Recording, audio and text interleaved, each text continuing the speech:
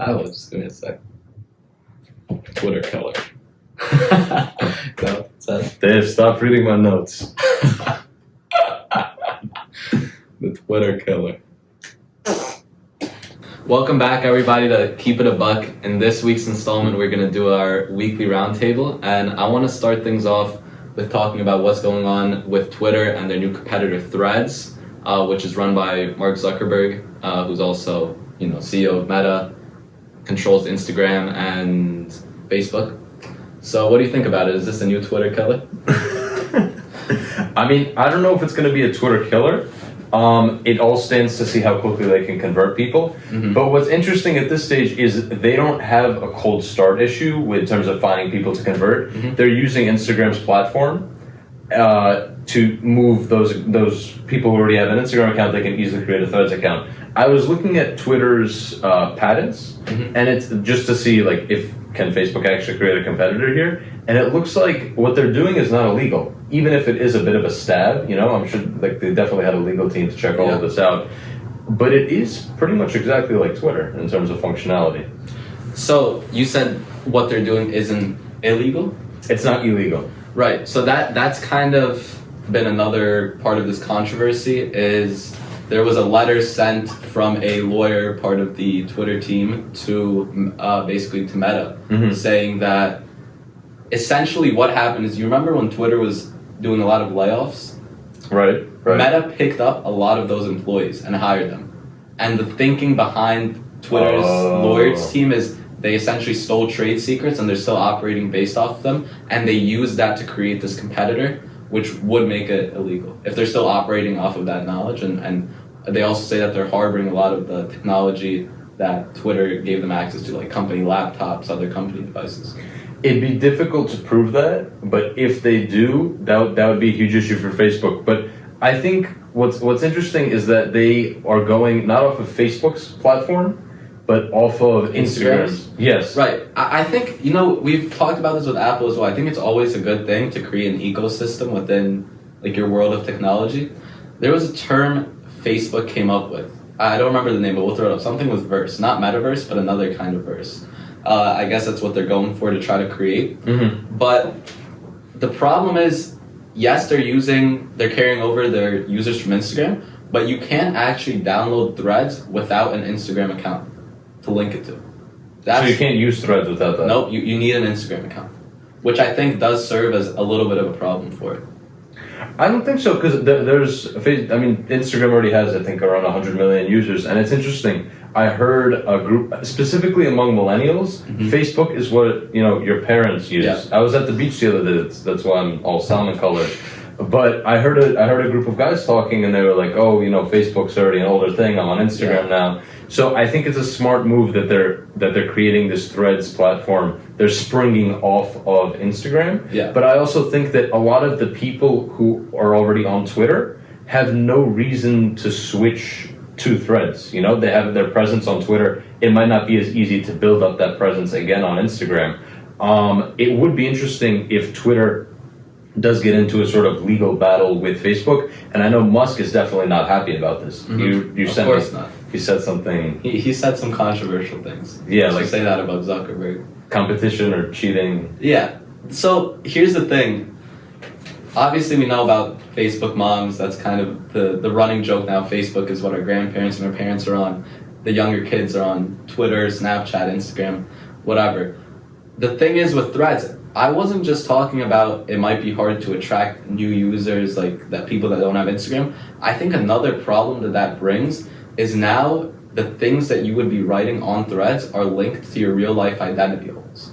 A big part of what makes Twitter what it is the idea of free speech. Since Musk took over, that's what he's been really honing in on, is the concept of you can type whatever you want and you don't fear your tweets being suppressed or you being banned. But a lot of people won't share their true opinions on things if they know it's going to be linked to their actual identity. That's why people make burner accounts and things like that.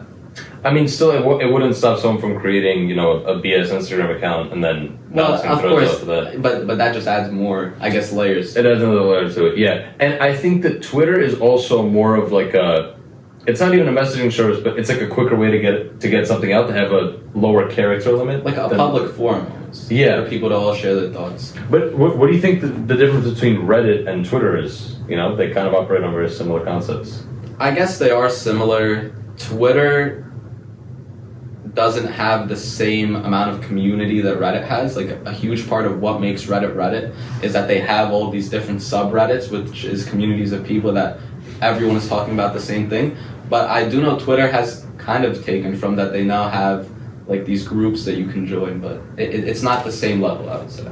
I know what you mean. But it's similar. It's definitely similar. What I'm worried about is Twitter isn't going to let this go without a fight. This is very recent. I think within the last 5 days they rolled it out. They had some glitches, whatever. Twitter was actually hiding it from the trending tab. Really? Threads, it wasn't showing up.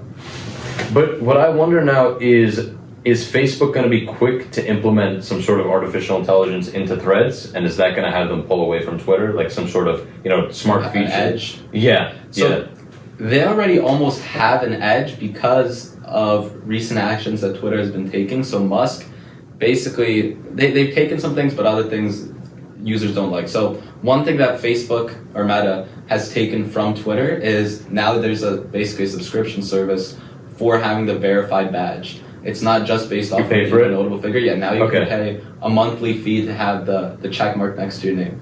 So that helped Twitter start making money because I guess when Elon took over, it was in the hole a little bit. But the other thing that recently happened that maybe almost spurred Threads launching because people hated it so much is Musk added a feature where the amount of posts that you see per day essentially is limited if you're a unverified account. Really? Like they limited it to a certain amount. Initially it was pretty strict, but they loosened it up. But the idea and the concept still stands. People really hated that, and Threads came out and they don't have any of that. Why would they have done that though? What's the purpose of the limit?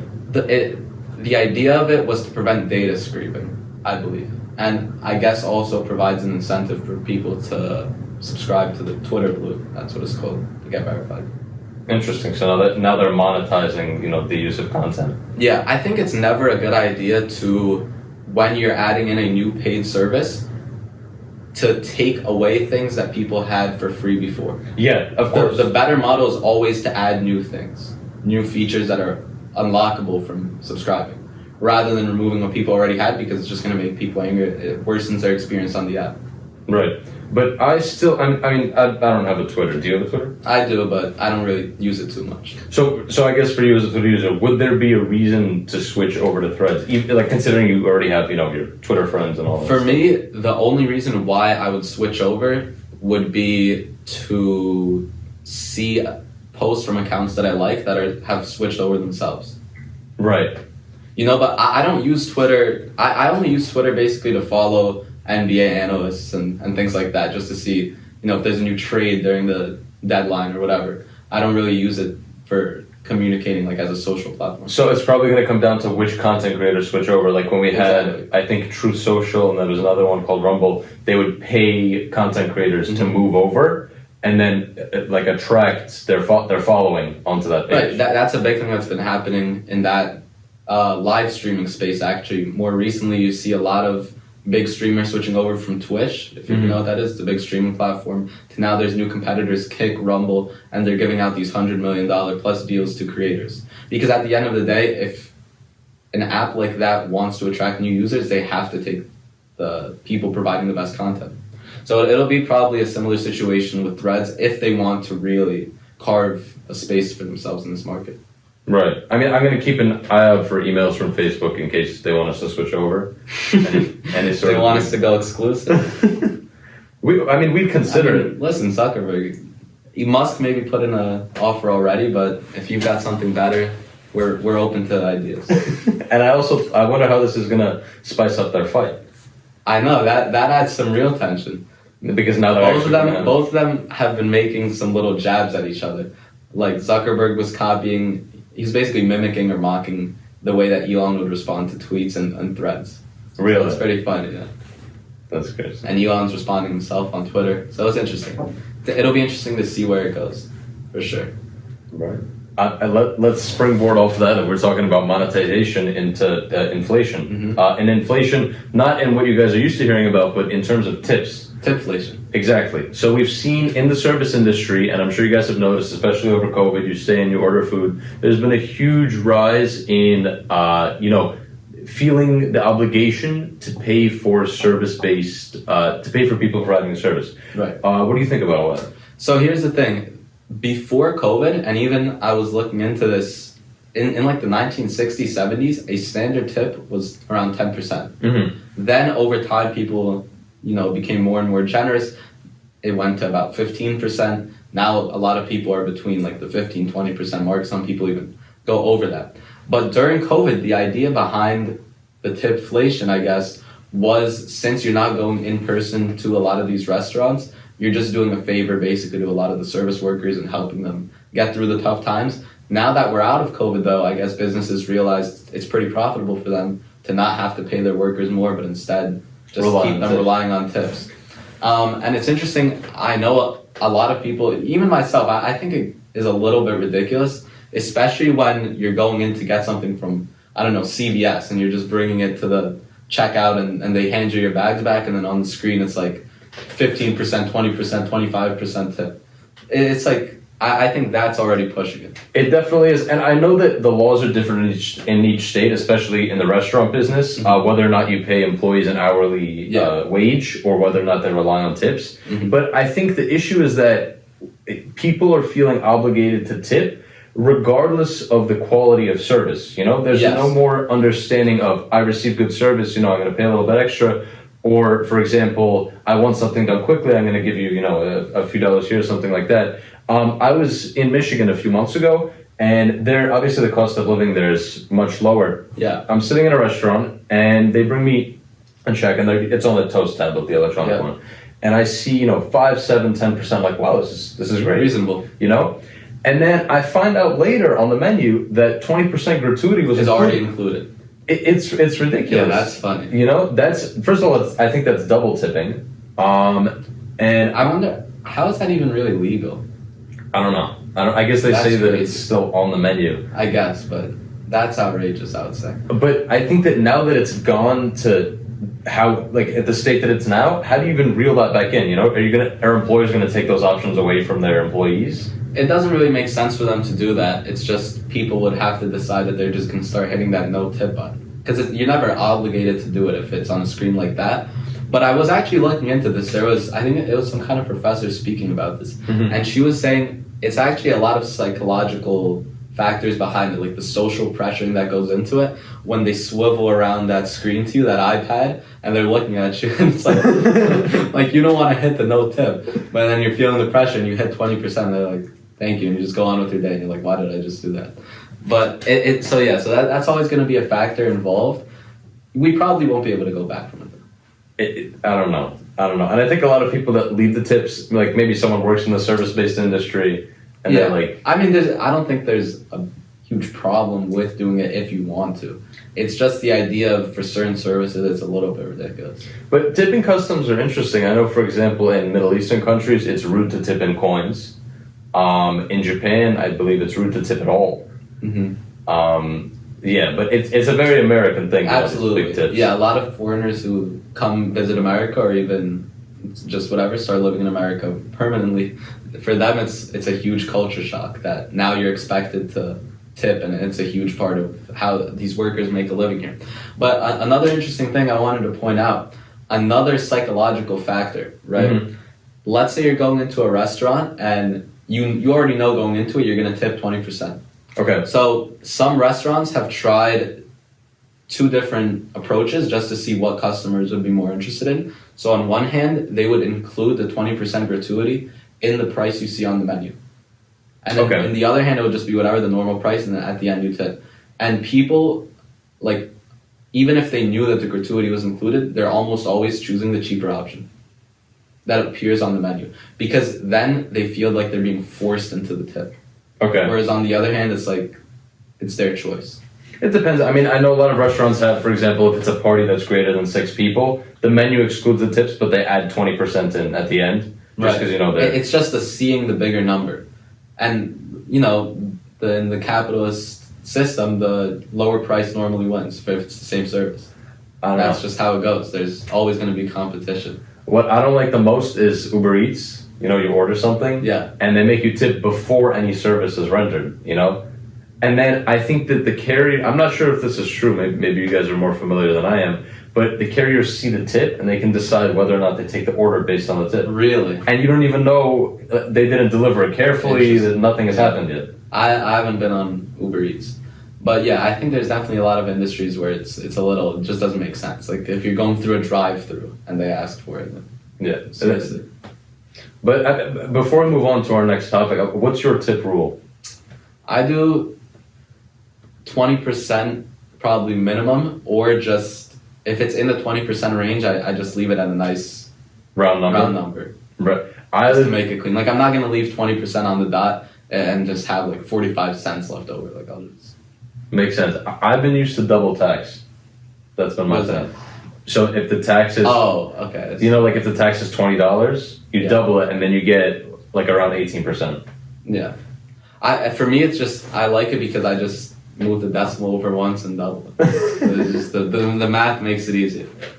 But yeah, I think ballpark 20% is fine. Yeah. 15 to 20 probably. Dave, Reasonable. talk to me about student loan forgiveness. Right. So recently, the Supreme Court has ruled against Biden's student loan forgiveness plan, the repayment plan, on the grounds that it was unconstitutional for him to leverage that kind of power. Because I believe he ordered it as a executive order, right? And that was him overstepping his boundaries. So now he's going to retry it again under a different pretense. I don't remember the exact act. I don't know if it's Let me pull it it's up. going to work. First of all, there's been a huge amount of spending regardless. You know, we had to cut back the spending with the debt ceiling. But I think the issue is that how can you promise your voters you're going to do something? And then did he know that it was irrational? Did he know that it was an overstep? I mean, to an extent, he was definitely warned about it. The thing is, what they're actually fighting for is a repayment plan. It's not too drastic. Something like it already exists. It's just, essentially, I'm pretty sure they're making it twice as relaxed, the rules, as they were before. So before, they would forgive loans of up to, let's say, $12,000 after 20 years of making payments. Now it's 10 years. Okay. If before it was 10% of your discretionary spending, now it's 5% that you have to allocate for the repayment plans. But I also know that during COVID, they froze the payments. Yes. So if you had student loan payments, you didn't have to make them. But student loans are interesting. I think they're the only loan that actually carries on. So, for example, if you pass away, then your debt carries on. Remember we were talking to someone about this? There's Miss Fink. Yeah, there's special Shout out rules. Miss There's special rules surrounding student loans Yeah. compared to like a mortgage or something like that. Yeah, so this would obviously only apply to government loans.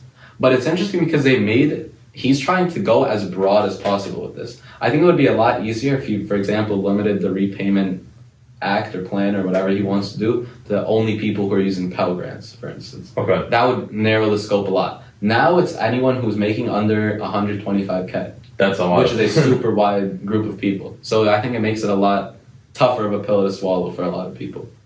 But what do you think? Do you think that there should be the level of, I guess, self-accountability that you shouldn't be helping out this much, and if you're a consenting adult and take out this kind of loan, you should be fully responsible for whether you're able to pay it or not? I mean, there's two sides to it. First of all, typically when you take out the loan, you're not a fully consenting adult. I mean, you'd be 18 years old going into college, and they're responsible for it. Is that not, legal 4 years later. as an adult?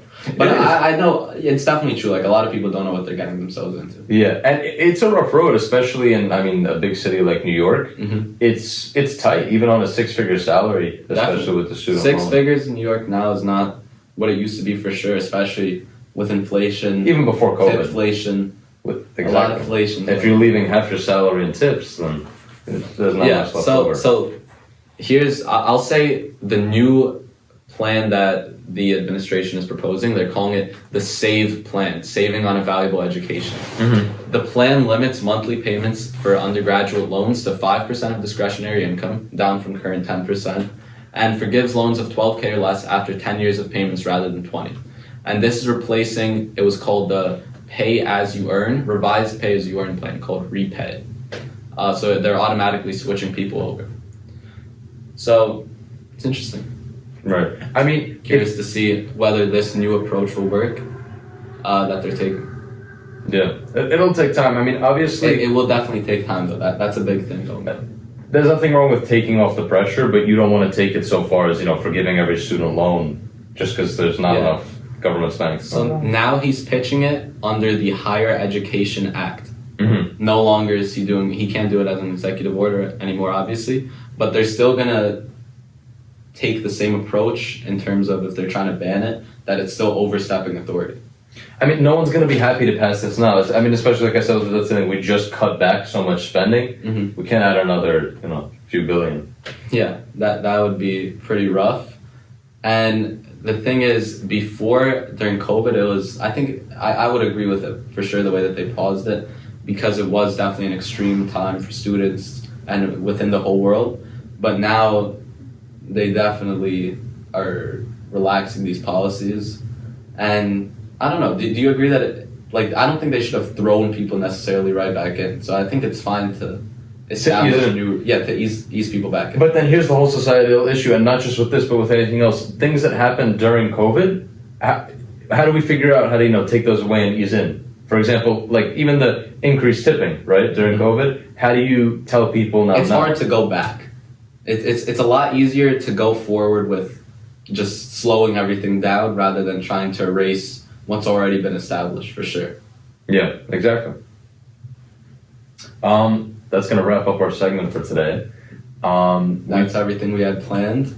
Well, I think we talked about some new interesting developments going on in the world of tech, in the world of just economy as a whole, and now service industry. Yes, Supreme Court decisions. Obviously, we talked a little bit about that last episode. There was another controversial decision with affirmative action. But we hope that you guys enjoyed and you gained something out of this. Stay tuned for our episode next week. 100%. We'll see you guys. See you.